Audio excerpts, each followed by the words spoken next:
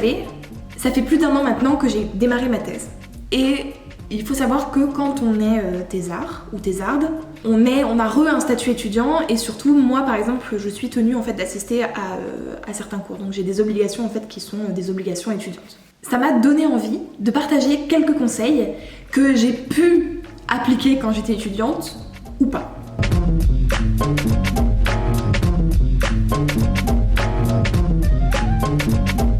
Si je devais donner vraiment un conseil déjà général en fait dans une vie, mais surtout pour les étudiants, et quelque chose quand même que j'ai quand même suivi, parce qu'en règle générale j'ai quand même une routine, c'est couchez-vous. Je connais beaucoup de personnes, et notamment je vis avec une personne comme ça, qui se couche très tard. Quand pour moi très tard c'est au-delà de minuit, c'est déjà trop tard. Voilà, c'est à peu près mon échelle. On a besoin en moyenne à peu près de 7 à 8 heures de sommeil, 6 pour ceux qui ont moins besoin de dormir, etc. Je connais beaucoup de gens autour de moi, donc comme je le disais, je vis avec ce genre de personnes-là qui en fait vivent quand même dans, excusez-moi de l'hypothèse, mais je pense quand même un peu dans une espèce d'idée, alors du coup pas limitante, mais dans une espèce d'idée que eux ils n'ont pas besoin de beaucoup dormir, mais n'empêche que le résultat concret c'est qu'elles n'arrivent pas à se lever le matin.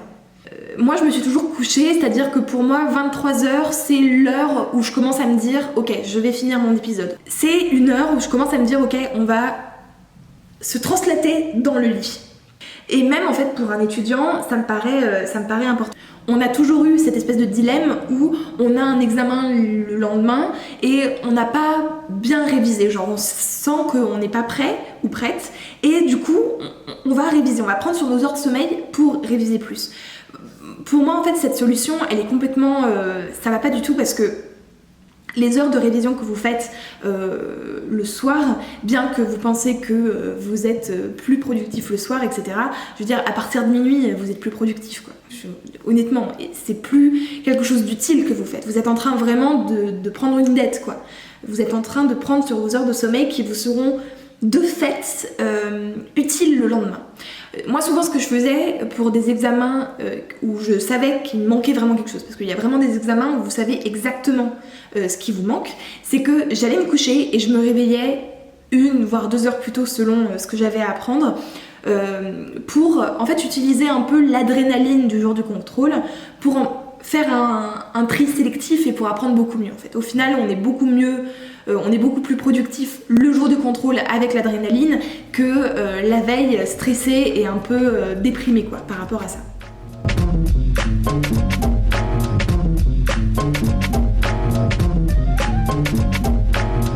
La première chose, donc ça c'est quelque chose que j'ai absolument pas observé pendant mes années étudiantes et que j'observe maintenant, c'est de se mettre au premier rang. Alors je dis le premier rang mais ça peut être le 2e, 3e, enfin peu importe, devant quoi, devant. Donc si vous voulez être un minimum connecté en fait au cours et mettre à profit cette heure de cours là en particulier, il vaut mieux être au début et souvent ça c'est quelque chose qu'on fait pas parce que je sais pas, on a une espèce de on a une espèce de limite où on se dit non je veux pas être au premier rang, je veux pas qu'on pense que je m'intéresse au cours ou je ne sais pas, enfin bref moi c'était un peu ce que je me disais dans ma tête, mais je dois dire que je suis beaucoup plus attentive maintenant que je prends l'initiative de me mettre au premier rang que dans mes années étudiantes où je me mettais bien sagement au fond. Surtout que le premier rang ça vous empêche de faire quelque chose de complètement déconnecté, c'est-à-dire vous regardez moins votre portable. De fait, parce que vous n'avez pas envie qu'on vous capte à regarder votre portable, c'est pas très poli. Quelque chose de, je pense, là, pour le coup, beaucoup plus utile, c'est d'enregistrer le cours. C'est bien d'enregistrer, mais il faut aussi savoir qu'est-ce qu'on peut faire, en fait, de cet enregistrement. Vous avez 2 façons de gérer, en fait, votre enregistrement. Soit vous êtes quelqu'un, par exemple, d'auditif, ça dépend vraiment de vous, hein. C'est à vous de savoir un peu comment vous êtes, ce qui est le plus utile pour vous, en tout cas. Soit vous le réécoutez, je pense que ça, personnellement, pour moi, ça aurait été utile dans des cours un peu plus littéraires, je sais pas, un cours d'histoire par exemple. Où clairement le prof ou la prof raconte une histoire, raconte comment ça s'est passé, donne des informations, de la culture G, etc. Et ça, par exemple, réécouter les enregistrements dans les transports en commun, par exemple, je pense que ça peut être très utile. Et on peut aussi utiliser l'enregistrement autrement, c'est-à-dire que ça peut être aussi une espèce de roue de secours. Par exemple, vous êtes en train de prendre des notes, vous vous dites mince, j'ai perdu le fil, genre j'ai pas compris, il a expliqué un truc et en fait j'étais dans ma prise de notes et du coup j'ai pas bien compris. D'ailleurs au niveau de la prise de notes, je peux donner un petit conseil comme ça, du coup ça sera un 7e bis, qu'on n'est pas obligé de recopier tout ce qui se passe au tableau. La plupart du temps il y a des polycopiés, il y a des PowerPoint ou des choses comme ça, donc peut-être que ça peut être aussi bien de pas tout recopier. Par expérience, je sais que ce que dit le prof, parfois, c'est beaucoup plus utile que ce qui est copié au tableau. Mais si vous avez l'enregistrement, au moins comme ça, vous êtes sûr. On peut aussi se dire qu'on peut, au niveau de la prise de notes, prendre des photos. Ça dépend aussi de l'appareil photo que vous avez et aussi si le prof est d'accord. Parce que par contre, j'ai déjà eu des profs en fait que ça m'était très mal à l'aise en fait de prendre des photos. Ils avaient, je sais pas, l'impression du coup que vous écoutiez pas ou que machin, etc. Alors ce qui est complètement con parce que justement, si vous prenez des photos, vous écoutez mieux du coup. Et au niveau de l'enregistrement, vous pouvez très bien être dans votre prise de notes et là le prof explique quelque chose qui est important, vous écoutez. Et vous vous dites, bah ok, ça, il va falloir que je les réécoute, donc du coup, vous pouvez annoter en fait dans votre copie, minute 20, explication sur les équations de Saint-Venant. Et enfin, le dernier point, la dernière chose que vous pouvez faire quand vous êtes en cours, c'est de poser des questions. Ça, je m'en rends compte maintenant vraiment dans le monde pro que j'ai pas assez poser de questions et j'ai pas appris à poser des questions. Et ça c'est un vrai problème, c'est un vrai handicap maintenant dans ma vie parce que, en tout cas dans ma vie pro, parce que je suis souvent, on me fait une présentation et du coup on me demande par exemple qu'est-ce que j'en ai pensé ou est-ce que j'ai des questions ou est-ce que j'ai des choses à dire et en fait je n'ai jamais rien à dire parce que dans l'immédiat comme ça j'ai rien qui me vient à l'esprit. Pour avoir testé les deux systèmes français, allemand, alors je dis système mais les systèmes sont différents mais aussi l'ambiance dans le cours est différente. En Allemagne, les professeurs et les étudiants, en tout cas à la fac, je sais pas comment c'est dans les écoles mais à la fac sont beaucoup plus dans la discussion. C'est-à-dire qu'on avait vraiment des cours où un élève posait une question et c'était pas juste une question en mode oui, j'ai pas compris l'équation, pourquoi vous dites ça? C'était aussi parfois des questions de discussion, de dire voilà, mais est-ce qu'on pourrait pas dire que ça, machin, nanana, nanana. Et je me souviens que ça m'avait choquée en fait, les premiers temps, où je me disais mais enfin, laisse-le faire son cours, enfin voilà. Et c'est vrai que du coup j'ai quand même réalisé que en France, en tout cas dans les écoles où j'étais, poser des questions, c'était à la limite on posait des questions sur quelque chose de très technique, sur quelque chose qu'on n'avait pas compris, mais pas sur de la discussion, pas. Et puis il y a toujours au niveau de poser des questions, on a toujours l'impression que notre question est idiote et que du coup on va juste passer pour un bolos en fait si on la pose. Et vous avez je pense déjà connu ça, c'est-à-dire que vous voulez poser une question mais vous pensez que c'est une question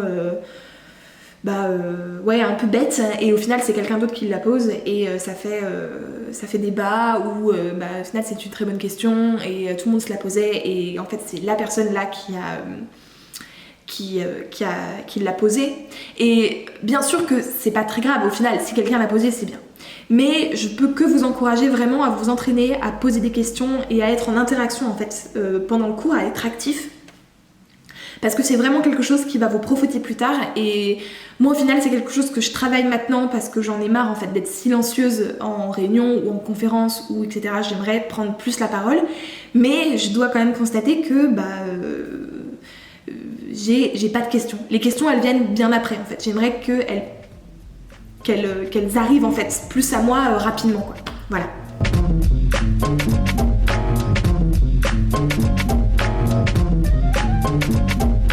Là, on arrive un peu au sujet un peu touchy, peut-être un peu politique de la vidéo.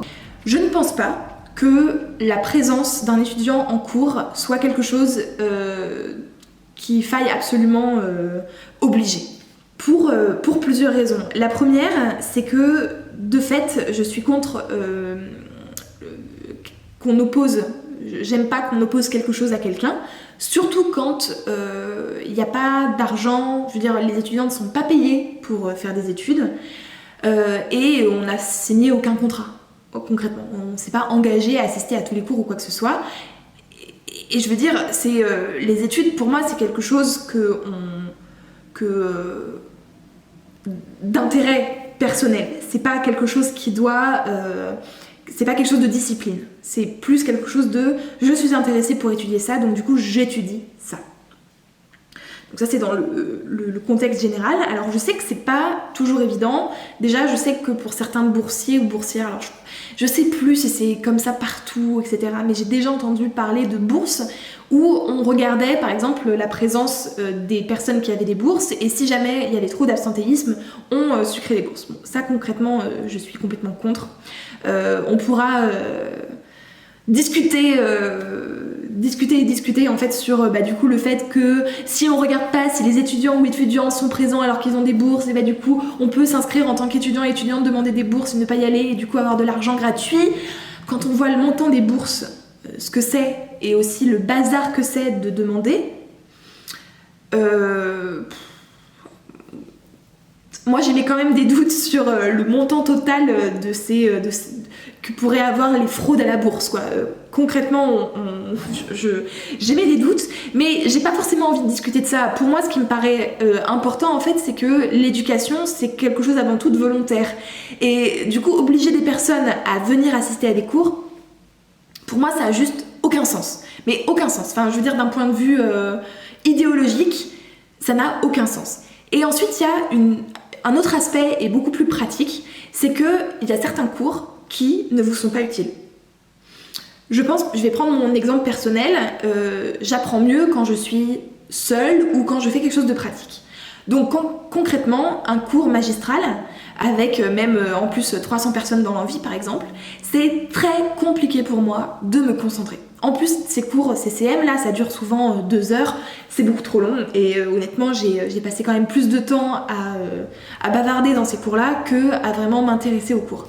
Au final, les CM où j'allais, on va dire de façon personnelle, genre je veux aller à ce CM, c'était souvent plus parce que le prof m'intéressait, le prof était intéressant, la matière était intéressante, ou je savais que j'avais vraiment besoin d'aller à ce cours-là. Je pense notamment à mes cours d'informatique ou de programmation, où dans les CM on voit beaucoup de fonctions, etc. D'ailleurs, c'était des cours où j'étais au premier rang. Coïncidence? Je ne crois pas. Mais en fait, il y a beaucoup de cours dans ma scolarité auxquels je n'ai pas assisté. C'est-à-dire où j'ai essayé une fois, parce que je suis pas de mauvaise foi ou quoi, j'essaie, je vois, et ça va pas. Ça va pas, je pense que ces 2 heures-là que je mobilise pour ce cours-là, je pourrais les passer à faire autre chose. Cette autre chose-là, ça peut être travailler pour mes études, donc par exemple peut-être réviser un contrôle. Quand je dis utile, c'est pour moi, c'est absolument relatif. Et chacun a ses façons de faire. Je sais qu'il y a des personnes qui ont vraiment besoin d'être présents au CM, d'être là, de prendre des notes, de questionner le prof par exemple. Et pour d'autres personnes où c'est pas le cas. Et puis surtout, les profs mettent très souvent les ressources en ligne.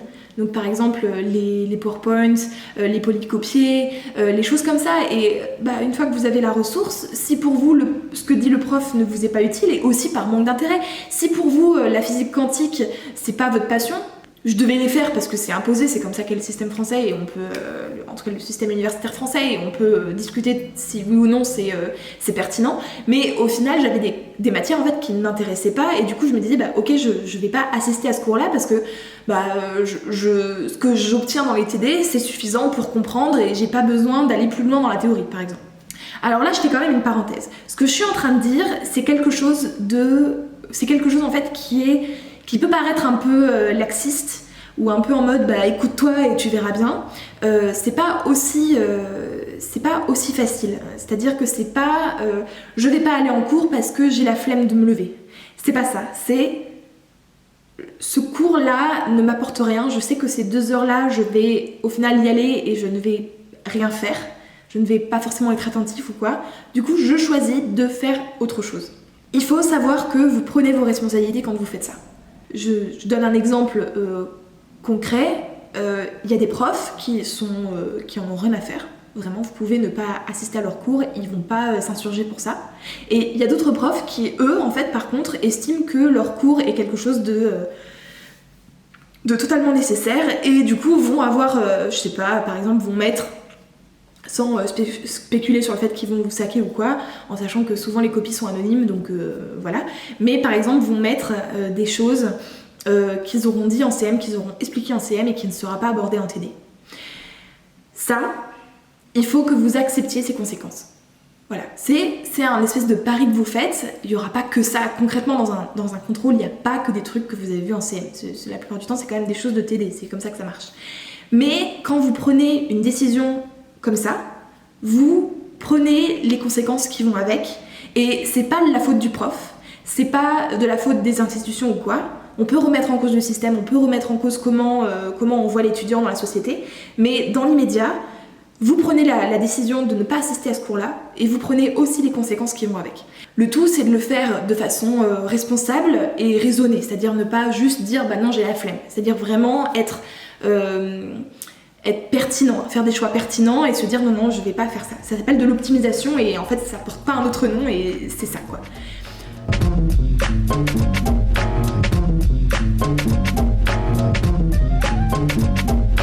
Alors, je sais que la collaboration, c'est un sujet un peu touchy aussi, et ça dépend aussi de beaucoup de choses. J'ai vécu un peu les deux ambiances différentes.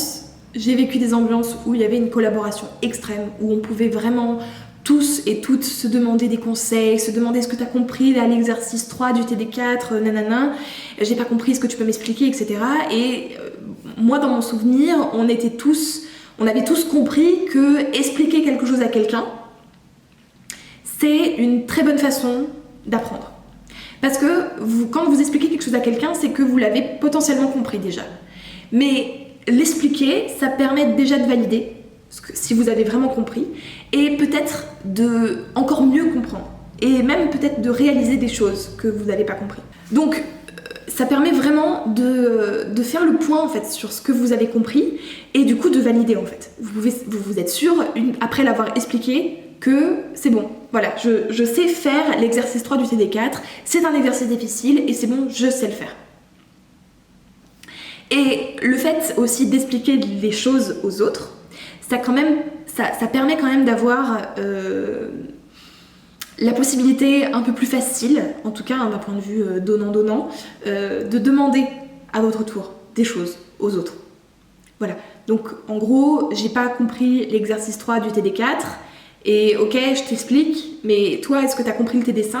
Ok, donc voilà. Et si c'est pas sur cette matière-là, ça sera sur une autre matière. En fait, en vrai, on a tous quand même nos préférences, et c'est vrai que dans ces ambiances-là, dans ces classes-là où il y a pu avoir vraiment un esprit d'entraide qui se mettait en place, c'était beaucoup plus agréable d'étudier, c'était beaucoup plus efficace, il y avait vraiment une solidarité entre nous et ça, c'est vraiment un esprit que je conseille à tout le monde. Et alors bien sûr qu'il y a des classes où c'est plus difficile de mettre en place, je pense notamment quand il y a un peu un esprit individualiste, etc. Mais je reste persuadée que c'est avant tout quelque chose de très individuel, qui dépend vraiment des individus, pardon, du coup ça n'a pas de rapport, mais ça dépend vraiment des individus, et ça peut être aussi vous qui mettez en place en fait un système comme ça de collaboration et qui encouragez en fait les gens à collaborer et à s'échanger un peu le savoir. Moi en tout cas j'avais cette impression là que tout le monde avait compris que expliquer c'était aussi intéressant et utile que de poser une question et de se faire expliquer quelque chose à quelqu'un. Donc à partir du moment où les gens ont compris ça et que vous-même vous l'avez compris et que vous trouvez des personnes comme ça pour collaborer, honnêtement c'est les fois où j'ai pu apprendre le plus efficacement et surtout pousser la porte de la salle d'examen confiante, c'est-à-dire vraiment en me disant ok, j'ai fait le max. Alors j'ai fait le max, je vais faire de mon mieux et ça va bien se passer. Voilà, je vais m'arrêter là pour ces quelques conseils, j'espère qu'ils vous auront été utiles. Voilà, je vous dis à très vite pour la prochaine vidéo. Ciao!